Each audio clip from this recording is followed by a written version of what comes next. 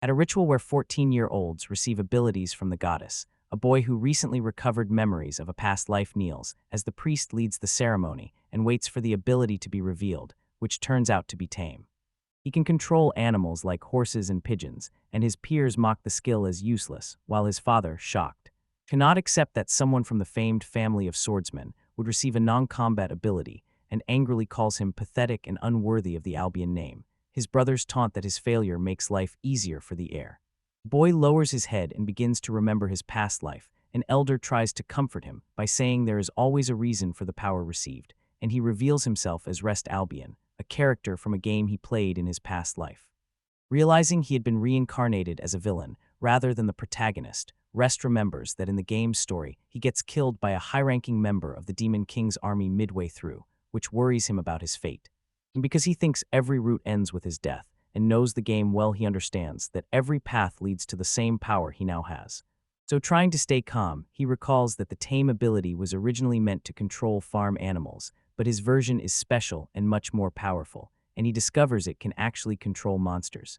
Power the original Rest used cruelly to cause pain after the persecutions he suffered pushed him into darkness, so now he understands both the potential and the danger of this ability, and Rest concludes that, due to the immense power of his ability, inevitably he will draw the attention of the Demon King's army. Even if he hides signs of death, he knows his power will be taken and he will die. Determined, he begins thinking about how to break this dark fate. Determined to change his fate, Rest plans to use his game knowledge to become an unbeatable force able to beat any opponent, and with a confident look, he maps a path to rewrite his story.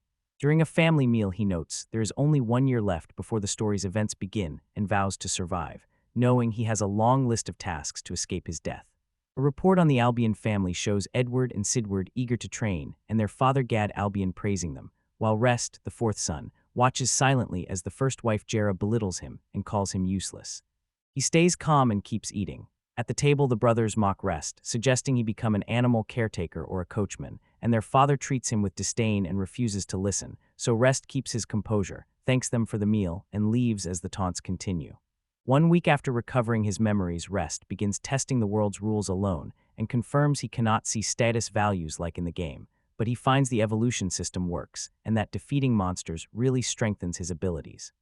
Gathering information to improve his survival chances, Rest learns his Tame ability only lets him summon monsters he has personally defeated, so to face stronger foes, he must raise his stats and skills and adopts midnight training, a daily end-of-day routine he remembers from the game that lets him improve different attributes. In the real world, he realizes there are no time limits or daily caps and gets excited because he can use this method to advance quickly without always fighting monsters. Rest tests magical reinforcement and, to his surprise, easily refines mana, likely thanks to his gaming experience, and he finds his physical abilities far stronger than in his past life. He recalls that in the game the character looked lazy, but now understands the real Rest must have trained hard despite the despair after receiving the Tame ability. While walking, his brothers Edward and Sidward approach and taunt him about that ability, implying he could not even tame a dog, then head off to sword training, while Rest refuses distractions and stays focused on his goals. Sidward keeps teasing that he should specialize in taming pigs, but Rest, used to the twins' nonsense, ignores them. Something large in the garden draws everyone's attention and Rest watches closely, surprised. A young warrior appears with a determined look and announces that today everyone will push themselves to the limit to survive, her stance showing seriousness and confidence and making clear the training will be intense. She adds that on the way she casually hunted a land dragon, which shocks everyone. Edward and Sidward are incredulous, and Rest realizes, stunned, that this woman is his brother's master, a sign of her immense power. He notes she does not appear in the game, and that this came from the original Rest's memories, and although rank S adventurers are common in the game, seeing her in person is impressive, and watching his brothers amazed by the dead dragon, he regrets not being able to learn from someone so powerful. 2 hours later, at the Albion family training field, the master begins a rigorous training. She uses fast, precise moves to overwhelm Edward and Sidward, who cannot keep up, and after easily beating both, she questions their performance and makes them get up and continue while Rest watches, impressed and thinking it looks like an adult dealing with helpless children. And when the exhausted brothers collapse and admit they cannot go on, the master ends the training satisfied. Rest, relieved and aware he cannot learn real combat by himself, notices the master visits the Albion family monthly, but they waste the chance, so he decides not to miss it and approaches. And before he speaks, she looks at him and asks if he needs something, which startles him, so he formally introduces himself as the fourth son of Albion and apologizes for the delay, and the master, recognizing him as the boy with the tame ability, listens as he nervously calls her Elna and asks her to teach him the sword because he wants to become stronger. And though Elna warns his tame ability is not for combat and he lacks swordsman skills, he insists and she, seeing his determination, agrees to begin, then immediately tests him with a fast attack that he barely reacts to, forcing him to prove himself. He struggles under pressure but refuses to give in, his posture and spirit surprising Elna until exhaustion forces her to end the fight. After which she criticizes his inexperience and clumsy technique, but asks why he wants power and whether he seeks to surpass his brothers or master the sword. And when he answers that he wants to overcome his destiny, she is impressed and offers him a 30-minute fencing lesson after she trains his brothers on the condition she will not tolerate laziness. He accepts eagerly. She gives him a wooden sword, teaches him how to hold it, sets the next meeting for a month later, and orders him to train until then. And 2 months later at his third session, he faces Elna's fast, precise strikes with clear progress, getting disarmed at times but staying focused while she notes his moves are repetitive and announces a thrust. And at the attack, he surprises her by intercepting and countering with a precise move that shows real improvement, though she says his idea to feint her was a mistake, and he admits a bluff would not have worked. So he decides to use his tame ability and prepares a special technique learned in intense training. Then executes a one-flash strike that increases speed and power and astonishes Elna, because such a skill normally takes a year for an experienced warrior, yet he mastered it in 2 months, proving extraordinary effort, talent and determination, and Elna, surprised, begins to think she may have underestimated him and that she is helping to polish a true gem who could become a great warrior. Rest Albion reflects on his situation. Reincarnated as a villainous noble in the game Symphony of Sword and Magic, he was meant to die midway through the story, so he resolved to use his game knowledge to become the strongest and survive. And after 3.5 months of steady training with Elna, he now avoids the protagonist and anyone who might become an enemy to guarantee his survival. But when his father announces that Princess Charlotte, the main heroine and the second princess of the Kingdom of Finale, will stay at their house, he sees a threat, because in the game she was the perfect, honest, kind, curious princess who trained to protect her people, had a rare talent, and ultimately intervened to stop him and join the protagonist against him, causing his death. And since they had no connection at this point in the original plot, he grows suspicious that Charlotte asked to meet the prodigy swordsman from House Albion, himself, a change that ties Elna to Charlotte. As the lively talk at the table shows, the princess is interested in the swordsman Elna trains.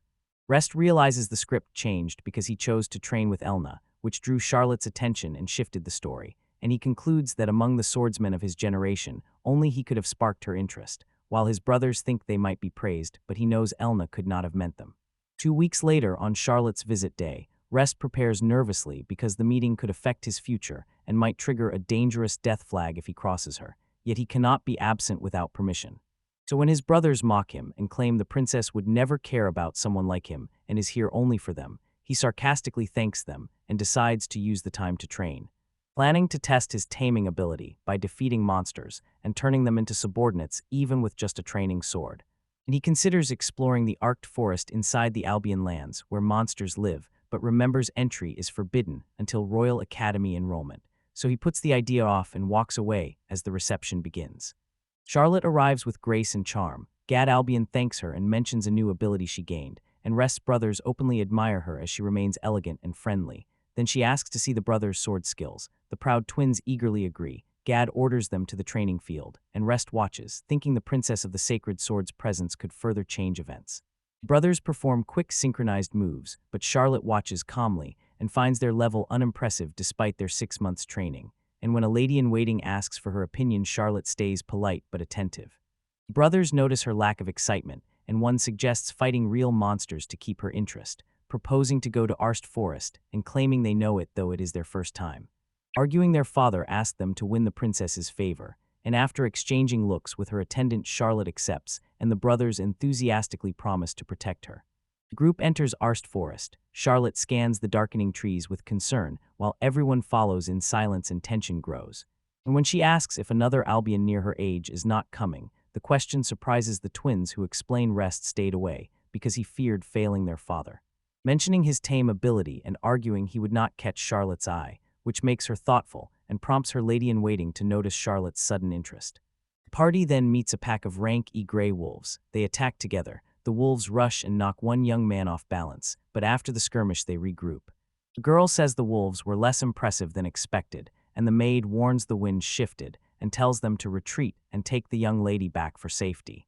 The one young man insists on pressing on to show off his skill until a powerful roar cuts him off, and everyone sees a giant gale wolf, a rank C monster, arrive and attack.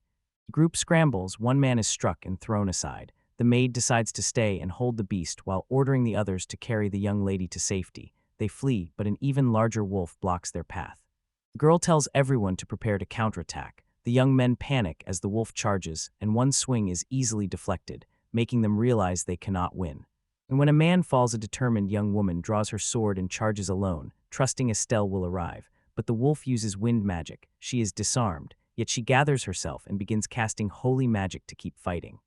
As she races to finish her spell, she realizes she won't make it in time, and the wolf attacks quickly, leaving her exposed and fearing it may be her end. At the critical moment, a mysterious young man appears and intercepts the wolf's strike, and the surprised girl watches him protect her while the wolf reacts to the new presence. Impressed, she asks who he is, and with a calm look he says he is just a simple passerby, which makes the tense scene even more mysterious. Moments earlier he had seen Charlotte, her guard Estelle, and Edward's group walking together, and curious about their fate, he followed them quietly and was surprised to find they were heading to the dangerous Arced Forest. Watching the group enter the Forbidden Forest, the young man suspects the twins are trying to impress Charlotte. Although most monsters there are low-level, he fears a stronger one could endanger her, so he follows them to keep her safe. His hunch is right, and he arrives just in time to protect Charlotte from a wolf attack. After the immediate confrontation, he feels relieved, knowing the situation could have been a tragedy for his family if he had not acted in time. When Charlotte asks who saved her, he nervously hides his identity and says he is a simple commoner. She finds it hard to believe someone with that skill is ordinary. He tells her they can talk later and they should focus on the fight. He quickly assesses the situation. The Gale Wolf, a ranked C monster that controls wind magic, will be a tough opponent with at most a 40% chance of victory. Relying on his game knowledge, he prepares to face the enemy and moves quickly to attack the Gale Wolf. The monster senses him and gathers wind magic for an attack. Tension builds as both ready themselves for the decisive confrontation. Analyzing the fight while staying light on his feet, he reads the Gale Wolf's varied attacks that leave no openings, neither up close nor at range. The creature proves extremely powerful and balanced in offense and defense. Still, he stays focused, searching for a chance to turn the fight. A precise strike lands on the Gale Wolf, and he reveals his confidence by showing he knows all the creature's attack patterns thanks to his game knowledge. The monster is surprised, takes a hit and begins to weaken, and Charlotte watches impressed as the young man lands blow after blow on the Gale Wolf, his strength and technique not seeming better than hers, yet he fights the creature effectively, leaving her trying to figure out who he really is. After the events, Charlotte trains under Lady Elna's supervision, who praises her performance and admits she feared Charlotte would grow complacent after gaining the Princess of the Sacred Sword ability, but feels reassured seeing her effort. And Charlotte, determined, says she will not lose to anyone even if others have better sword or magic skills. Elna explains her rivals are not only those with high-level abilities, and that some people without special powers reached great strength through talent and effort, which Charlotte remembers Elna had mentioned before and accepts. And Elna then mentions a boy from the Albion family, the same age as Charlotte, calling him fascinating and suggesting meeting him could be motivating, which surprises Charlotte because she has never heard Elna speak so enthusiastically about anyone, and she realizes the boy must be Lest Albion, the young man who saved her, finally understanding who he really is, Lest Albion. Known for the supposedly useless ability Tame, yet a genius with extraordinary strength, and impressed she recognizes him as the boy Elna described. The fight continues intensely as the injured Gale Wolf still stands before Lest, who notices he has run out of mana after using so much magic early on, but remains calm and determined and decides to press the attack. Yet the Gale Wolf reacts and charges, hitting Charlotte and knocking her to the ground and alarming everyone, while Lest and the girl watch with concern and, seeing Charlotte in danger. Lest charges at the Gale Wolf with a determined shout and lands a direct blow to protect her, gathering all his strength for a powerful final strike that flashes on impact and engulfs the creature in an explosion of energy. A decisive hit that sends the Gale Wolf to the ground, with its body marked by the attack. Lest watches the result calmly, showing control and confidence after defeating the feared monster, pants and declares his victory. Charlotte, relieved and surprised, congratulates him. He smiles but says it is still early to celebrate since more challenges may come, and with the Gale Wolf defeated at his feet, he keeps a determined look. Lest realizes that as the bearer of the supposedly useless tame ability, his real challenge is only beginning, and the fight that truly matters is still to come. After the victory, Charlotte thanks Lest for saving her. He asks whether she is all right, and she confirms while calling him Sir Lest, which surprises him, and he wonders how she knows his name as other group members approach. Charlotte explains she recognized him by his wooden sword, the same as the one she received from Lady Elna, introduces herself as the second princess of the Kingdom of Finale, and reveals they share the same sword master. Then gratefully and sincerely expresses her admiration and thanks him for protecting her, and Lest maintains his composure, saying it was only natural to help her while worrying about possible consequences for his family. Charlotte smiles brightly and thanks him again respectfully as Sir Lest, and moved and surprised by the princess's sincere expression, he watches her silently, unable to hide his astonishment. He asks Charlotte to tend to the other's wounds while he checks the Gale Wolf's condition, and she readily agrees, so Lest moves away and finds the monster still alive but injured and weakened among the bushes, studying it quietly and thinking that now everything depends on the creature's will to serve him. A message appears saying the wolf is interested in him and recognizes him as the warrior who defeated it, creating the opportunity to subjugate and tame the monster. And excited and convinced, Lest approaches with a confident smile, calls the creature by name, and determined to turn a fierce enemy into an ally, he touches the Gale Wolf and asks it to become the first monster he has ever subjugated.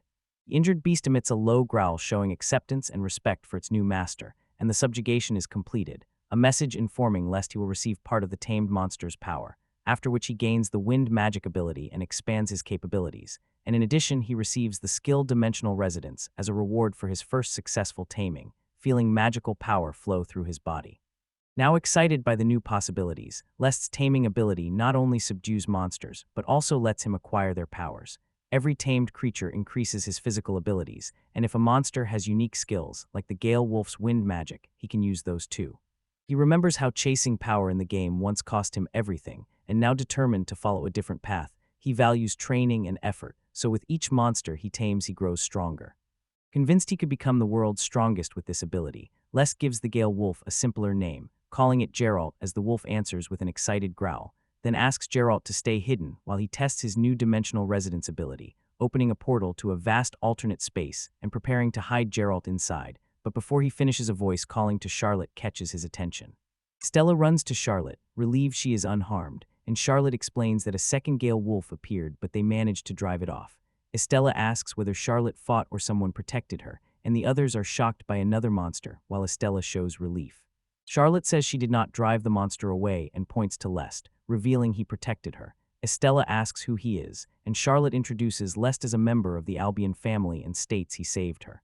Estella thinks Lest defeated the Gale Wolf faster than she could have, and Charlotte confirms she saw everything. Smiling, Charlotte says she thought Lest only had a taming ability and asks him to confirm that in front of everyone. Lest replies calmly that it was a difficult battle, but he managed to repel the Gale Wolf, and he reassures Estella, calling her Miss Estella. She is surprised and grateful, promising to thank him properly later, but then realizes she never introduced herself and asks how he knew her name, which flusters Lest. Charlotte says he probably heard Estella's name called earlier, which settles things and leaves Lest relieved and determined to be more careful with game characters. Estella thanks him again for protecting Charlotte, and the group decides to leave the forest. Charlotte says she can already move and repeats that Lest must have heard her name before, which Estella accepts. Back at the mansion, the servants meet them with concern. Lest carries an injured young man and asks for urgent care for Charlotte and her brother. Butler panics on hearing Charlotte is hurt and orders potions, towels, and water, while Lest asks that his brother be treated first, showing his priorities. Lest's father storms in angrily when he sees the injured, demanding explanations and accusing Lest, suspicious that only he came out unhurt. Surprised and nervous, Lest defends himself and tensions rise until Charlotte intervenes, saying Lest made no mistakes and saved her life, which surprises his father. Estella gives a formal account, saying Edward and Sidward led them into Arst Forest where two rank sea gale wolves attacked, and she confronts the Marquis about allowing children into such a dangerous place. The Marquis angrily says he would never authorize that and believes the boys went without permission, which Estella accepts while insisting that as head of the house, he bears responsibility since Charlotte faced danger, leaving the Marquis uncomfortable. Charlotte diplomatically says she does not intend to blame the Marquis's house alone, noting they trusted the brothers too much, and emphasizes Lest alone defeated a Gale Wolf and saved her life, which the surprised Marquis accepts. To close the matter, Charlotte asks to be allowed to rest and says she would like to greet Lest again later. and a surprised Lest agrees as the Marquis nervously accompanies Charlotte and Estella out, remaining incredulous afterward, and refusing to accept that his useless son really defeated a Gale wolf while Lest silently watches, aware of his father's distrust. That night, Charlotte and her companions stay at the mansion, and restless Lest, unable to sleep, decides on a night training session and goes to the garden where Charlotte, watching the sky on the terrace, calls to him. He greets her and she smiles, saying it is a coincidence to see him so late and asking if he would talk a little, and Lest readily accepts. Charlotte thanks Lest again, saying she could have lost her life without his help, and he replies that he is just glad to see her safe, which makes her smile and call him very kind, then admiringly suggests that perhaps his kindness is why he developed such an impressive skill, praising his courage and skill in defeating the Gale wolf alone. Lest credits Charlotte, saying she had already weakened the Gale wolf before he arrived, and Charlotte admits the incident showed her how much she still has to learn and that she has decided to move forward and keep improving. Then she turns serious and addresses Lest, changing the mood and leaving him surprised and nervous as he briefly thinks she might be confessing to him, only to be further unsettled when she soberly asks him to become her sword friend. A rival and partner to train and grow with, which Lest at first misunderstands until Charlotte explains it means someone who also wields a sword and shares the same goal of improvement, and relieved he understands. She admits her sole goal had been to reach Lady Elna, but the gap is huge, so seeing Lest, who is her age and already ahead, she realizes she could grow faster training alongside him, and enthusiastically asks him to be her sword friend to seek new heights together. Though reluctant to get too involved with main characters, Lest yields to Charlotte's insistence and enthusiasm and accepts, saying he looks forward to it, which leaves Charlotte radiant as she excitedly calls him Sir Lest and asks him to call her Charo to drop formalities, and after a moment's hesitation over their status difference, he sees her stubbornness and agrees. Calling her Charo and making her very happy, while smiling he says he too looks forward to working with her, and Charlotte eagerly repeats how excited she is for their partnership, though he notes she still calls him Sir Lest, finding it amusing as they talk under the starry sky. The next morning Charlotte leaves for the capital after a bright farewell, and saying she eagerly awaits their future as sword friends. And Lest politely replies he will wait for her return at any time, while the Marquis also formally says it will be an honor to receive her again. But shortly after, the Marquis explodes in rage that Lest was the one who saved the princess, accusing the twins of nearly ruining the Albion family with their irresponsible behavior and refusing to accept the Marquis wife's attempt to defend them, even when she says the twins only wanted to impress Princess Charlotte. He lashes out and blames them for awakening the princess's interest in Lest, whom he calls a useless son, leaving Lest confused by what the Marquis means about responsibility, as the twins claim Lest deceived the princess by taking advantage of the confusion to appear the hero, and say they weakened the Gale wolf before fainting. Despite Charlotte saying she saw everything, and when the Marquis accepts the twins' version and thinks it explains everything, Lest silently observes and thinks they are idiots who would not act like true nobles. Remembering Edward and the others attacked the Gale wolf with weak stances and caused no real harm, so he firmly states he was the one who defeated the Gale wolf, but his father calls him a fool and tells him to know his place. And even as Lest insists he is telling the truth, his father angrily challenges him to prove it, and sets a duel where Lest must defeat Edward and Sid at the same time, saying that if Lest truly managed what neither Edward nor the others together could, then winning this duel should be easy. Lest hears the proposal, understands they want to expose him as a liar, and that Edward and Sid will pretend the fight is fair while aiming to humiliate him. And though he recognizes their real strength, and that fighting both at once would normally be impossible, the power he gained by mastering Geralt changed the logic that once limited him. And with renewed confidence and a challenging look, he accepts the duel and stares at his opponents with unwavering resolve, his cold, determined smile and readiness surprising onlookers.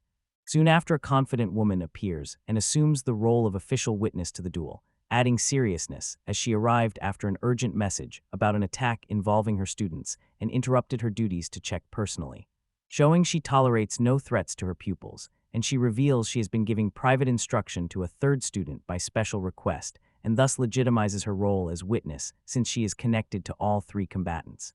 Though she clarifies her guidance to the new student was minimal and personal, and insists that alone would not explain his ability to face her two more experienced disciples, implying exceptional power or talent beyond normal training and deciding to witness the duel herself to learn the source of his confidence, a request accepted respectfully as the atmosphere intensifies. In thought, the young man admits that 1 month earlier he would have had no chance against his opponents, confirming his master's words and showing how much he has evolved in a short time. And confident in his growth, he reflects that his master has always watched him and knows he does not brag without reason. So Elna looks at him firmly and challenges him to prove his claim and reveal the truth behind his strength.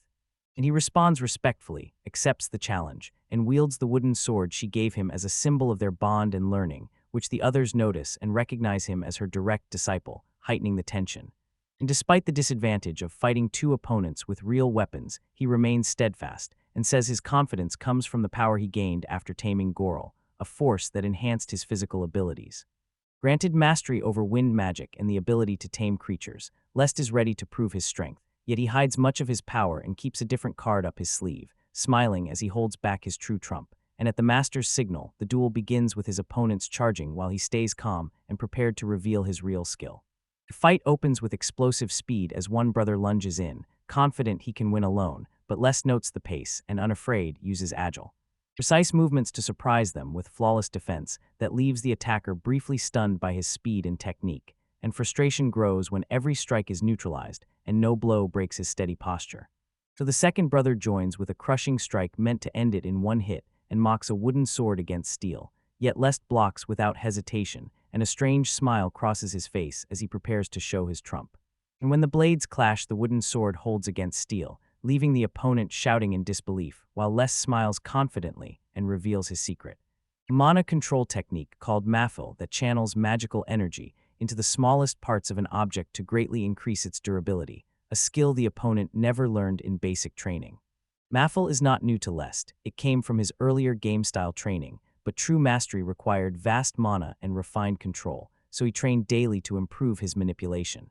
And after a pact with Geralt, his mana pool expanded drastically, allowing him to use advanced techniques in real combat and finally release the potential he had been cultivating, including a body reinforcement that floods his muscles with mana to boost physical strength, so that even with an inferior weapon, he surpasses his foe in speed and impact, forcing the brothers to step back, stunned that he can dominate with such precision and power despite being outnumbered and apparently underarmed. While doubt and fear spread across their faces, Lest stays calm and prepares a decisive move, then signals it is his turn and shifts from defense to offense, attacking with precise force to seize control, shocking his opponent as the tide turns, and he sets the battle's pace, breaking their defenses and forcing a retreat, imposing his rhythm in a few moves to strike one hard and leave the other scrambling, coldly analyzing their motions to find flaws, dodging and countering efficiently to expose poor stances. And as the gap in mastery grows obvious, he maintains total control, while the crowd watches in disbelief that someone with only a tame affinity can fight so skillfully. Even his master finds his growth over the last month hard to believe and senses something in him she cannot fully explain. Yet the fight is not over because Edward and Sid still keep their true weapons hidden, waiting for the right moment to change the tide, and the master watches silently, aware of the danger of hidden abilities that can reverse battles in an instant. While Lest understands that a knockout would be easier, but would not be enough to prove his worth. Determined to prove he is the strongest, he aims for an unquestionable victory that forces his opponents to yield not just to force, but to absolute conviction. Brothers unveil their hidden skills and activate powerful techniques in unison. The air shifts instantly, signaling the start of a fierce counterattack. Lest realizes how serious it has become. His opponents now fight with everything they have. Lest sees the gap between himself and the brothers as they use customized skills at full power. His speed and strength cannot match them in a direct clash. With few options left, he knows his current technique will not be enough. Pressed, he decides to use a resource he meant to save. Facing the disadvantage, Lest activates his exclusive ability. He wraps the blade in wind magic, coating it with razor currents of hypervibrating air and turning the sword into a supremely cutting weapon. He prepares to change the battle with his deadliest move and unleashes it with surgical precision. Lest advances in a single motion while the brothers try to strike together, but his cut is so fast and clean it lands before anyone can even notice, and a stunned silence falls across the field as the brothers watch in shock their swords split by one blow, and the fragments tumble to the ground. His technique, simple yet devastating, proves clear, precise, and superior, and the crowd stares in disbelief as Lest, using a wooden sword, slices steel like paper, shaking the brothers with not only the certainty of defeat but a sudden fear. The gap between them and Lest is obvious and unbridgeable. After the impact, Lest meets their gaze and dares them to continue even though they have no chance, and silence and dread fill the air until his master ends the duel decisively. The result is final. With Edward and Sid's surrender, Lest is declared the winner, and while he quietly savors the victory, those present react with surprise and anger, some refusing to accept defeat by someone once thought inferior, yet no one can deny Lest's talent and strength. The official confirms the outcome and asks if it will be accepted. The Marquis, reluctant and frustrated, admits Lest's superiority despite his inner resistance and lack of choice. After the confirmation, the defeated brothers turn to their father in despair, but he ignores them. Lest, though wounded, stands firm and his master praises him, admitting she expected potential but was still surprised, saying he showed dignity and strength worthy of his training, and suggesting the fight should be a lesson for the others. She also points out details others missed, including a subtle bit of magic in the final blow, and Lest, surprised, admires how closely she has watched him.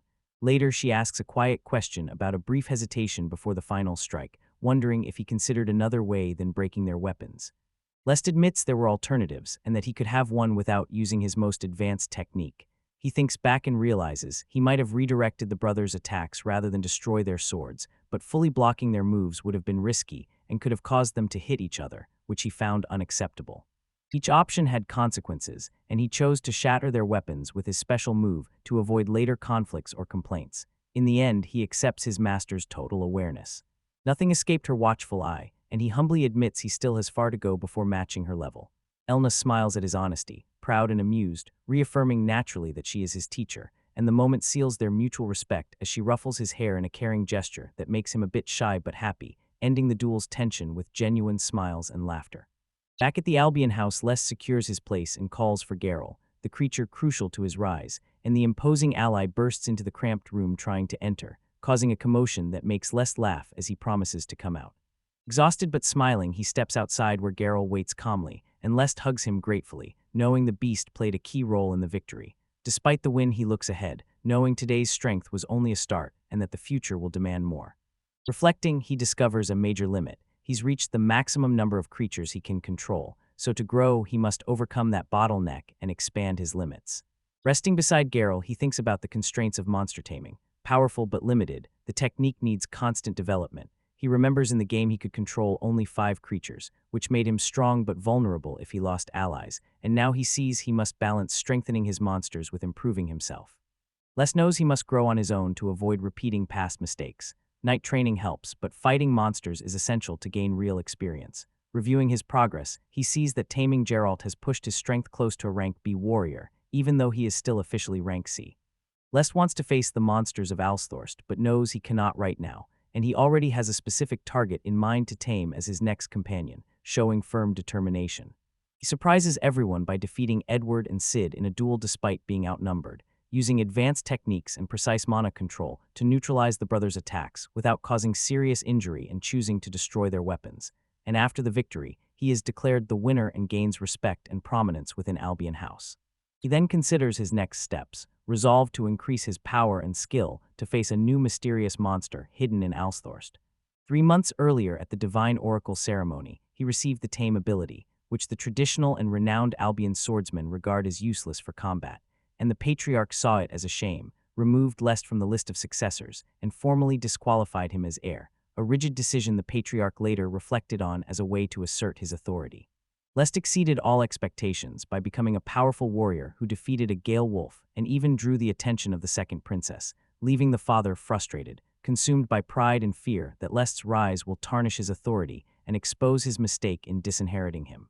Convinced that someone with the Tame ability is unfit to lead the Albion family, the Patriarch decides to act and plans to destroy Lest's prestige and name within the lineage at any cost, believing the true heir is his eldest son, a talented swordsman like himself, though Lest's favor with the princess complicates those plans.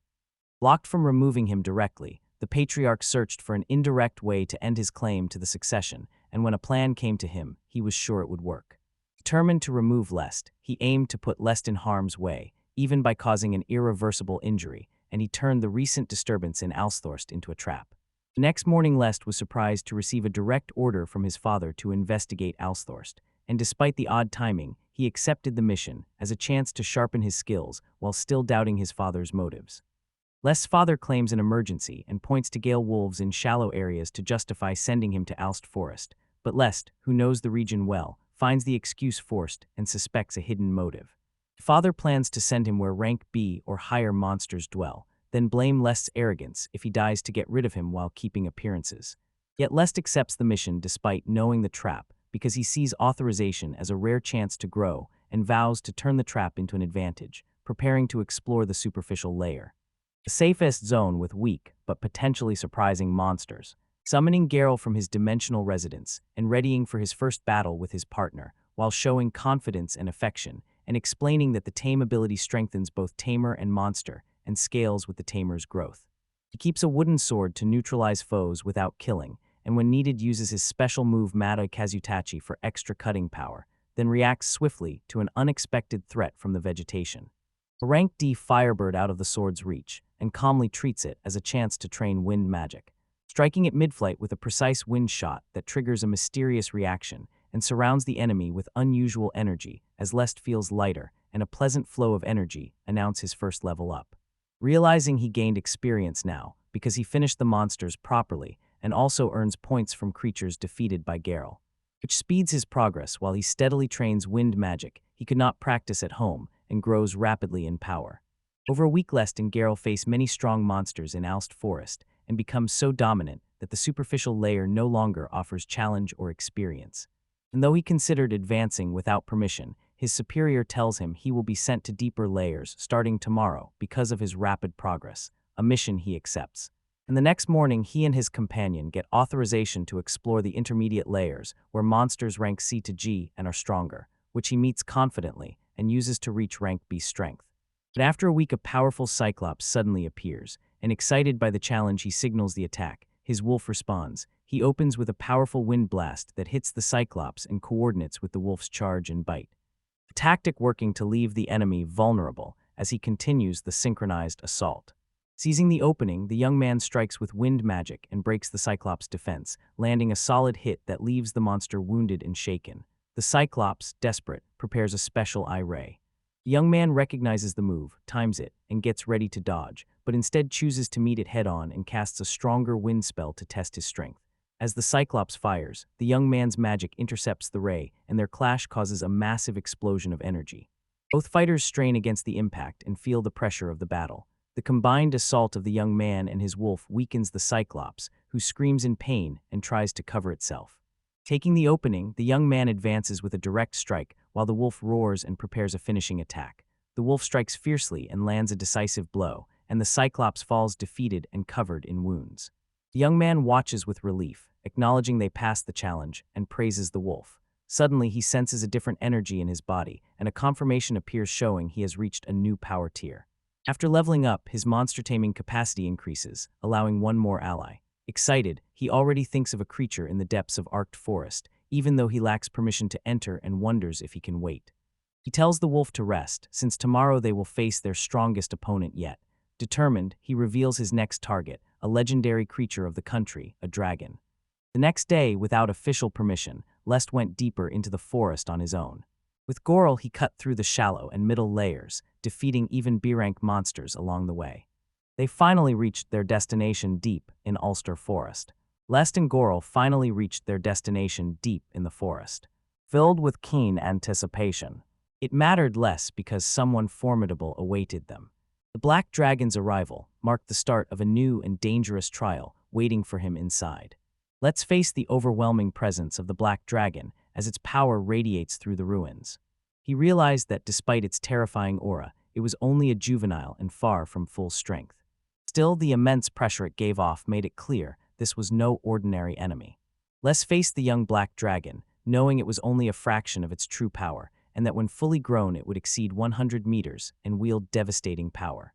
Originally, the Black Dragon's power overwhelmed the protagonist's party and nearly destroyed the kingdom. Freed from the Demon Lord's control, the dragon used its remaining strength to heal the people in the towns it had devastated. In the tale, at the moment of death, the Black Dragon revealed that it descended from a divine dragon that once protected the kingdom as its guardian deity. If it was used to cause destruction, it spoke its final words and died. Players treated it as a scripted defeat, but the scene still left a lasting impression. The Black Dragon appeared only once in the original story, but it made a lasting impression on Lest when he played the game, now reincarnated. Determined to change his fate, he planned to use his taming skill to turn the powerful dragon into an ally. Lest's wish was not only to gain the black dragon's power, but also to prevent it from suffering the same tragic fate as in the original story. 4 months into this world, he finally stood before the chance he'd long awaited, but to tame the mighty dragon he first had to defeat it in battle. Dragons in this world had immense magical power and could convert mana into many different effects. Even as juveniles, they absorbed magic and grew at an alarming rate. In the game, the black dragon was empowered by a demon lord's officer to reach Super S rank, but in reality, it was still only about upper B rank, so there was less chance to face it.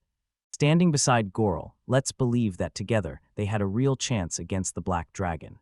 Determined, he readied himself to face the mighty beast and turn this confrontation into an opportunity.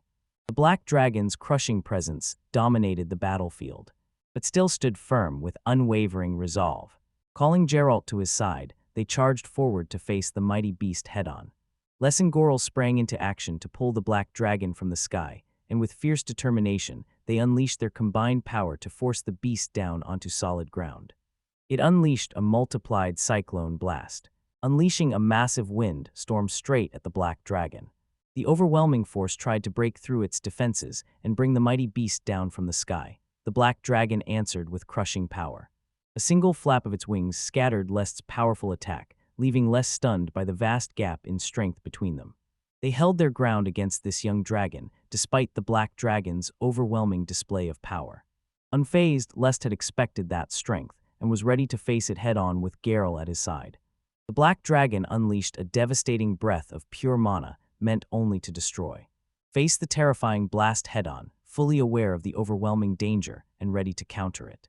The black dragon's breath attack roared forth, and its destructive force was dodged slowly. Smiling confidently, he reminded himself that even the strongest attack is useless if it doesn't land. Use wind magic to levitate and maneuver precisely in midair. Bolstered by physical enhancements and a mana infusion, he said he had prepared for an aerial fight from the start and was ready to strike the black dragon directly.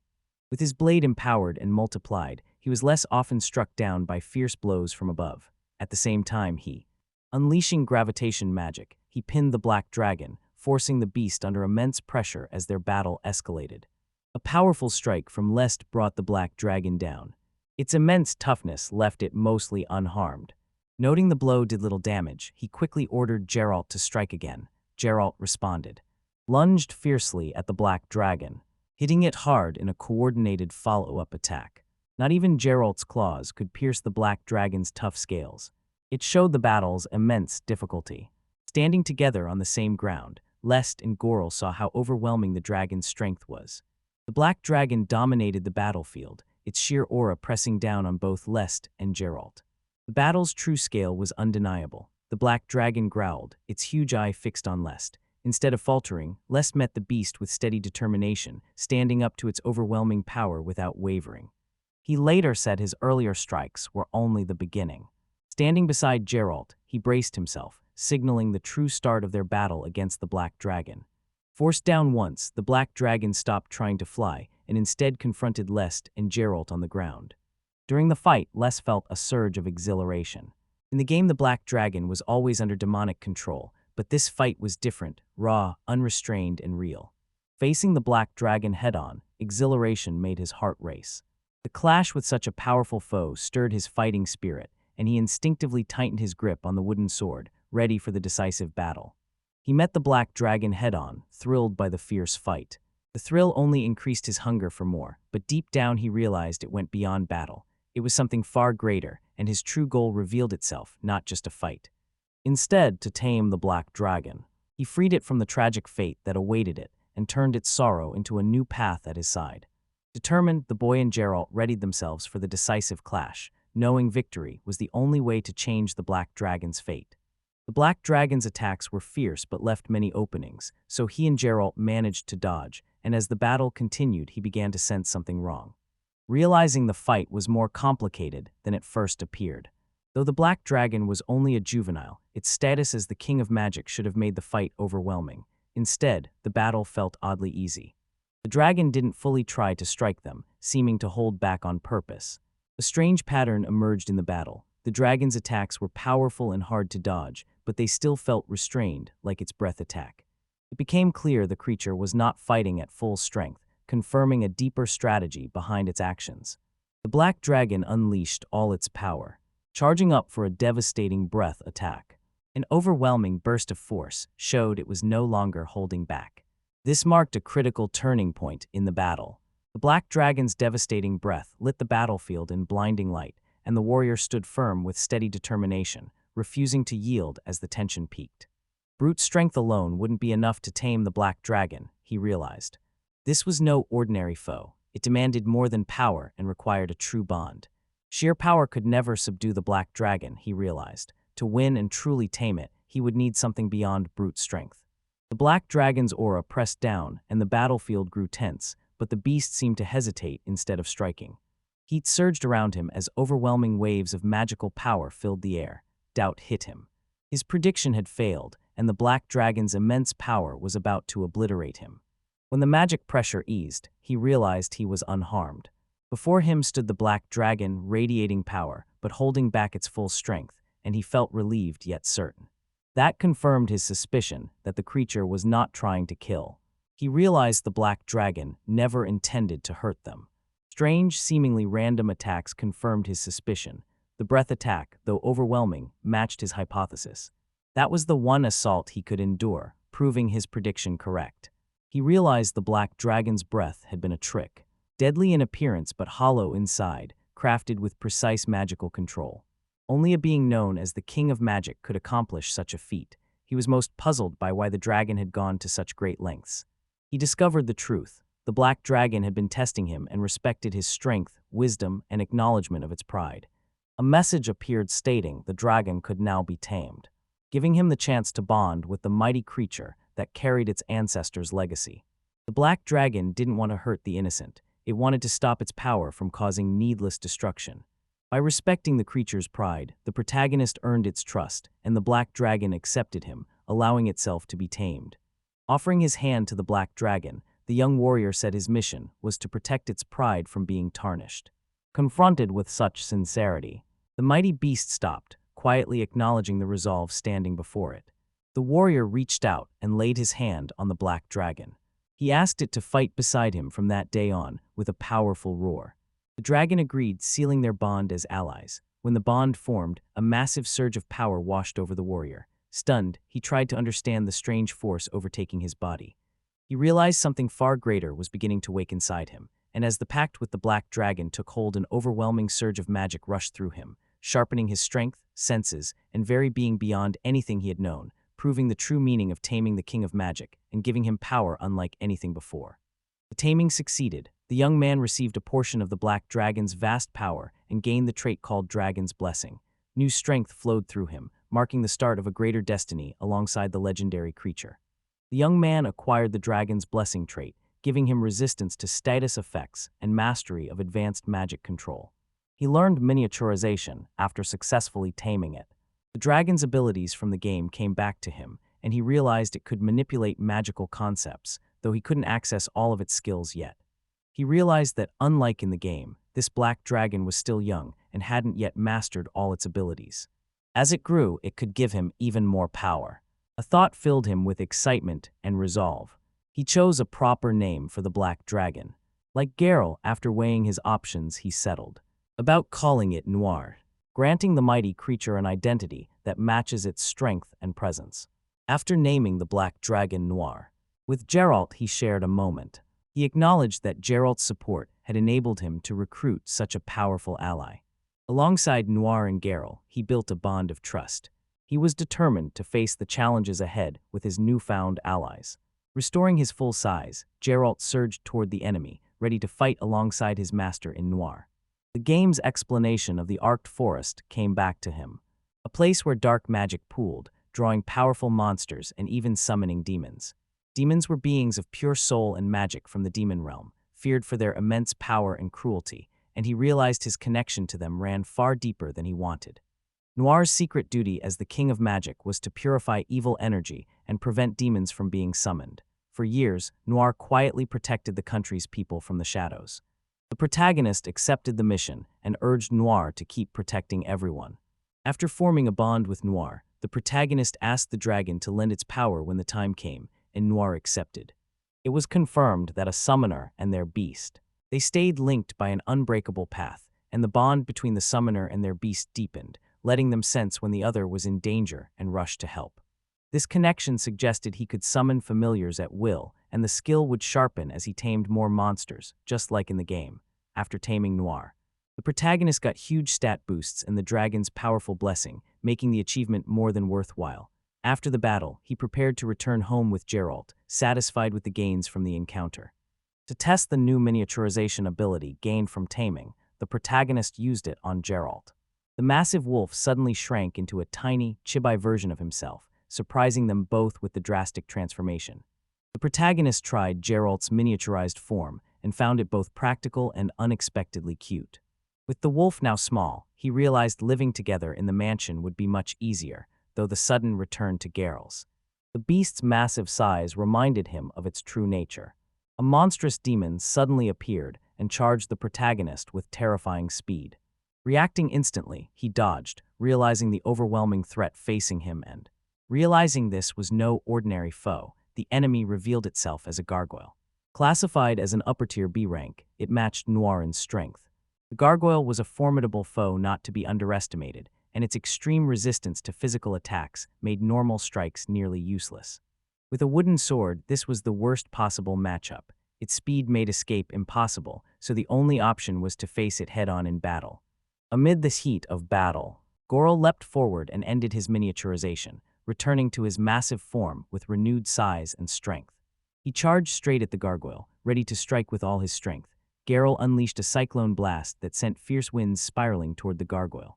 As dust swirled, the enemy leapt down from above to strike, while Geralt focused on his attack. The boy quickly realized the gargoyle's weakness was its poor resistance to magic rather than to physical attacks. While Geralt held the enemy at bay, the caster readied spells to strike. He knew the fight would require endurance and precise use of intermediate-level magic. As the fight raged on, his mana flowed smoother than ever, and he realized it was the dragon's blessing. His control over magic had improved greatly, and he now felt able to cast spells far beyond intermediate level. Turning the tide of the battle, the boy coordinated with Geralt to confront the gargoyle directly.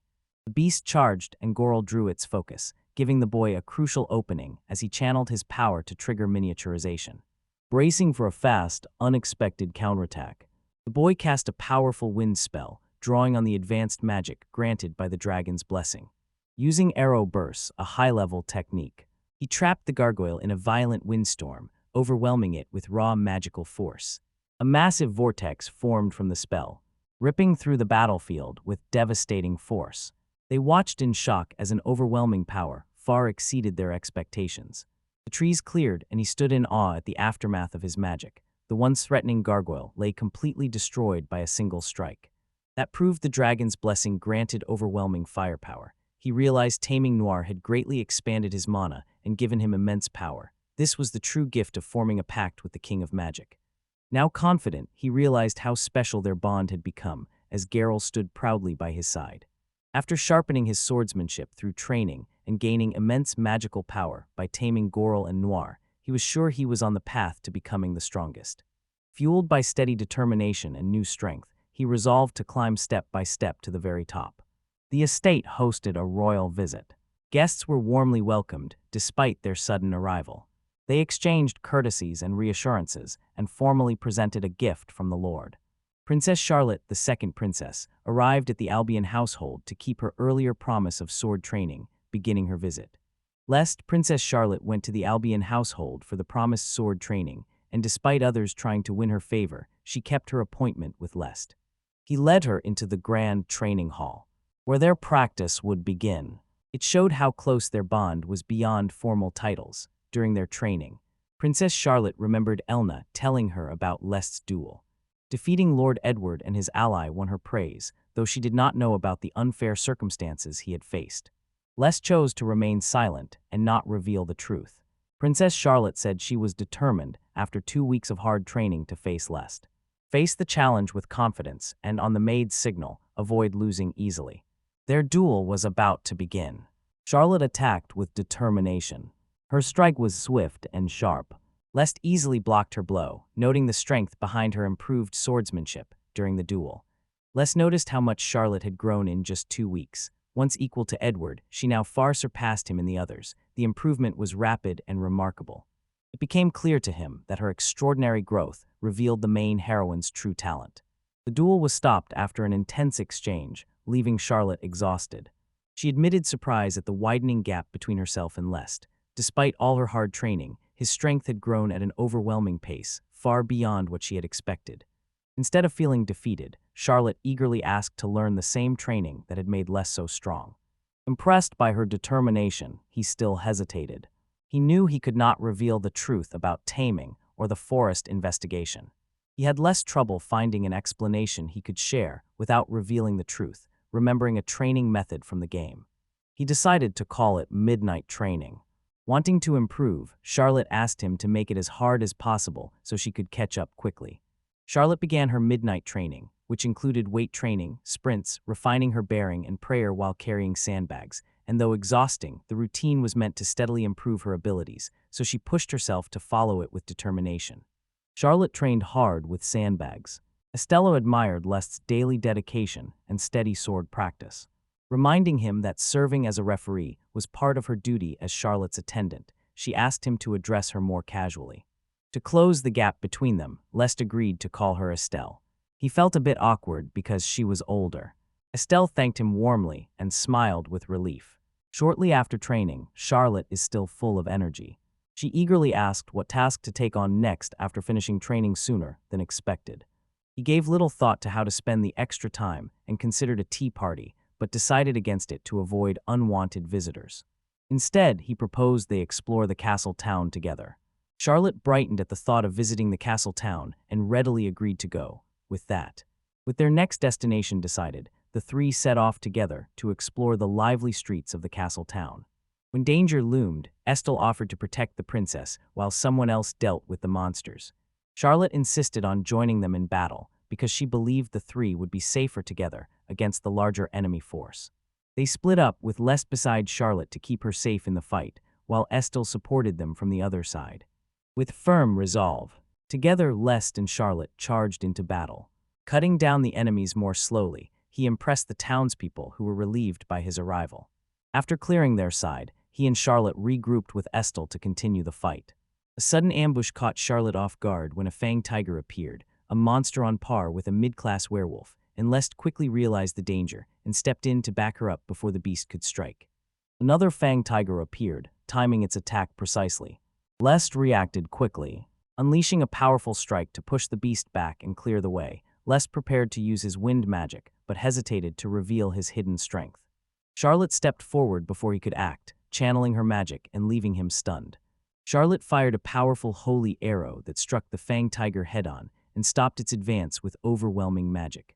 Les could hardly believe how quickly Charlotte mastered holy magic. In just 2 weeks, her control had far surpassed his expectations and revealed her extraordinary natural talent. She stepped forward to face the fang tiger head-on. She unleashed a decisive holy strike. The strike pierced the beast. This highlights her rapid growth and powerful determination in battle. Charlotte defeated the fang tiger, drawing praise and relief from her companions. They confirmed everyone was safe and recognized the princess's impressive display of strength. Celebrating Lest's victory, the townspeople praised him as their savior while he stayed hidden in the crowd. The cloaked figure watched with suspicion, wondering how someone known only for tamer skills could suddenly show such strength. He wondered if he had been hiding his true power the whole time. A smirk played on the cloaked figure's lips. They paused before leaving the scene and decided Lest's unusual strength deserved further investigation, hinting at hidden intentions and future trouble. The Mark thought back on sending Lest into the dangerous middle layers of the Arctic forest, expecting him to fail or be injured. Yet Lest returned every day unharmed and content, casting doubt about how someone with only a supposed. No one expected a useless taming skill to achieve such feats, and the Marquis was shocked to hear it. The princess had defeated the monster that appeared in town, and the townspeople were relieved to be safe. Worry set in because Lest's rising reputation could one day draw suspicion to him if something went wrong. Pressed for time and afraid their growing recognition might slip away, the Marquis decided to act. He decided to send Lest into the deepest parts of the forest. They sent him to a place so dangerous that even a sword saint could die there, hoping it would finally end him. The Marquis, frustrated that Lest had survived, convinced himself the boy would not escape death this time. Still, unconvinced, he devised a darker plan. I cannot assist with requests to harm people or to hide evidence. The Marquis raved wildly, blaming Lest for facing a threat to his position, he convinced himself his plan was flawless. An unexpected voice agreed with him and interrupted his plotting, startling the Marquis as someone revealed their presence in the room. A cloaked woman confronted the Marquis, pointed out a flaw in his plan, and was shocked he had not sensed her presence. So far he kept demanding to know who she was, and she smiled confidently while offering an alternative approach to his scheme. The cloaked woman stepped up to the Marquis, her presence overwhelming his senses. His thoughts blurred and he lost focus as her influence took hold. She left him unable to resist, and he slowly gave in, agreeing with her words without realizing he was being manipulated. Now that the Marquis was under her control, the cloaked woman announced that everything was ready and hinted at a secret. She said it was tied to Lest Albion and that she would be the one to expose it, while keeping the Marquis subdued and obedient to her will. The next day, Charlotte and her companions ended their visit early after the monster attack. She decided it was safer to leave early in case the assault had been aimed at her. Charlotte and her group choose to return home via teleportation magic circle, a system in major city churches that allows instant long-distance travel. Preparing to teleport from the church in Albion's castle town, they perform a ritual even royalty rarely use because of its heavy magical cost, showing how grave they view the situation. Les compares the teleportation circles to the fast travel systems he used in games, which usually unlock later in the story. Before leaving, Les reassures Charlotte about her growth. Recognize the impressive progress she and her companion have made in swordsmanship and magic. Charlotte promises cheerfully. Determined to grow even stronger with the new training method she had learned, she left soon after. Les's father calls him, sensing that an important matter awaits. His father orders Les to venture alone into the deepest parts of the Arced Forest. This place is known to be extremely dangerous. Realizing that confirms the intense hostility his father feels toward him.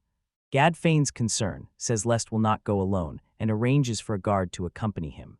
That left him less suspicious of his father's true motives.